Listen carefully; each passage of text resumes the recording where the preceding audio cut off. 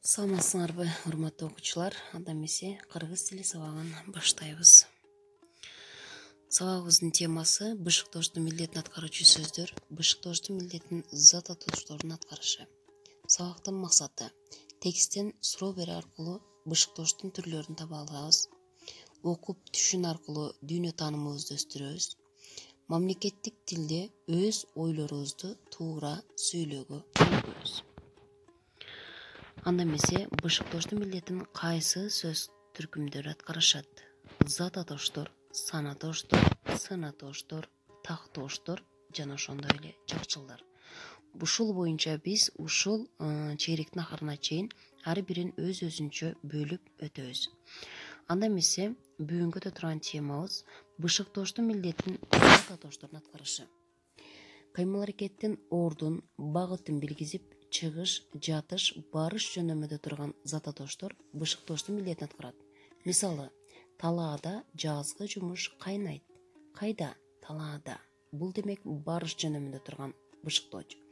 Мектептен чыгып, үйгө буйт албай келдим. Кайдан? Мектептен. Балдар, силер билгендей эле, бул демек чыгыш жөнөмүндө турат. Ал күнү шаарга өтө кеч жеттик. Кайда? Шаарга.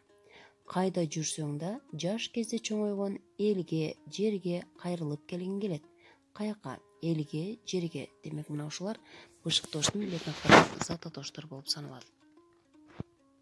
Келгиле, темабызды дагы бир жолу түшүнүп такташ үчүн көнүгүү иштейбиз. 149 көнүгүү 99 бетте турат.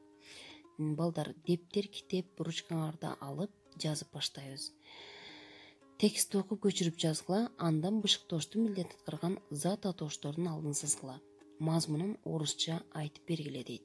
Демек, текстибиз айтылуу улуу жазуучубуз Чыңгыз Айтматов жөнүндө экен.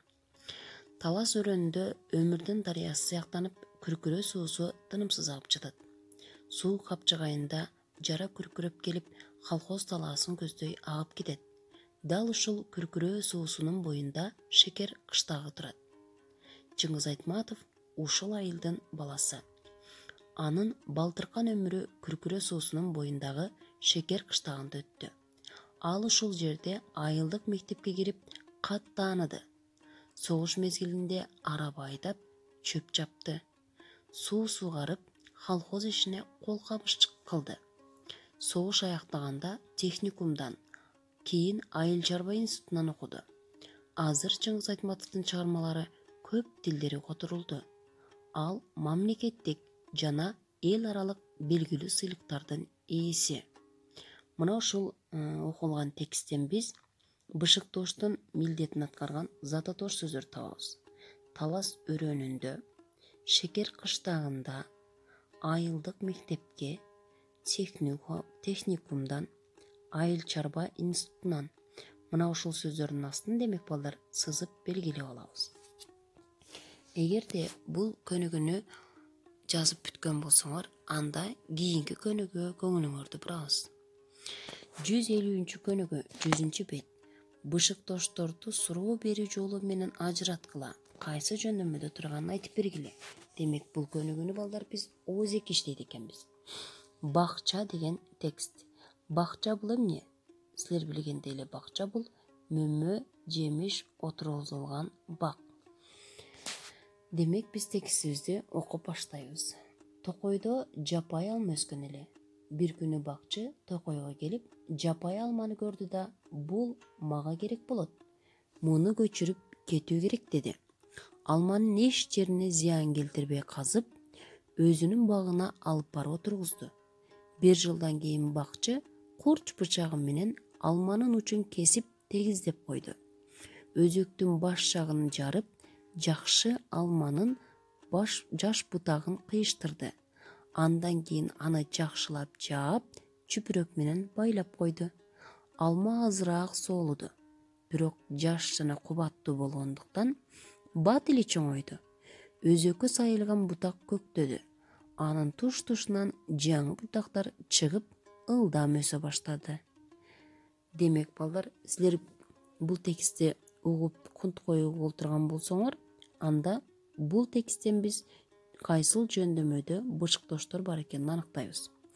Барыш жөнөмөдө токойго деген сөз. Жатыш жөнөмөдө токойдо, өзүнүн багына деген сөздөр. Ал эми чыгыш жөнөмөдө болсо туш-тушунан деген сөздөр. Эгерде силер дагы башка сөздөрдү тапкан болсоңор, анда албетте силерге кошумча тапшырма катары берилсин. Балдар, биз текстти түшүнүп алдык. Анда эмесе кийинки көнүгүүгө көңүлүңөрдү бурабыз. 151 көнүгүү. Төмөнкү тексттин ар бир сүйлөмүнө карай суроо бергиле. Бышыктооштук милдет аткарган сөздөрдү тапкыла дейт. Демек, кошунанын мышыгы бакка чыгып, чымчыктын балапандарын жечү болду. Бир күнү ошол мышык биздин бакка келди. Чымчыктын уясын тиктеп, бактын түбүндө отурду. Аңгыча чымчык балапандарына жем алып келип, уясына конду. Балапандар жем сурашып чыйпылдашты. Мышык уяда балапандардын бар экенин анык билди. Анан бакка тырмышып чыгып, уяга жакындады. Чымчык иштин жаман болорун билди. Ал учуп келип, мышыкты көзгө чокуп, тумшукка тээп кетти. Мышык көзүн жумган бойдон бактан араң түшүп, качкан бойдон жөнөдү.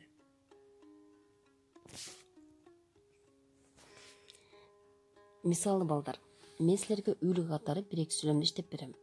Кошунанын мышыгы бакка чыгып, чымчыктын балапандарын жечү болду.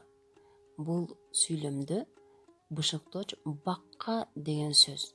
Бул демек бышыктооштун милдетин аткарган сөз болуп эсептелет. Бир күнү ошол мышык биздин бакка келди. Качан? Бир күнү. Демек бул билесиңер мезгил бышыктооч.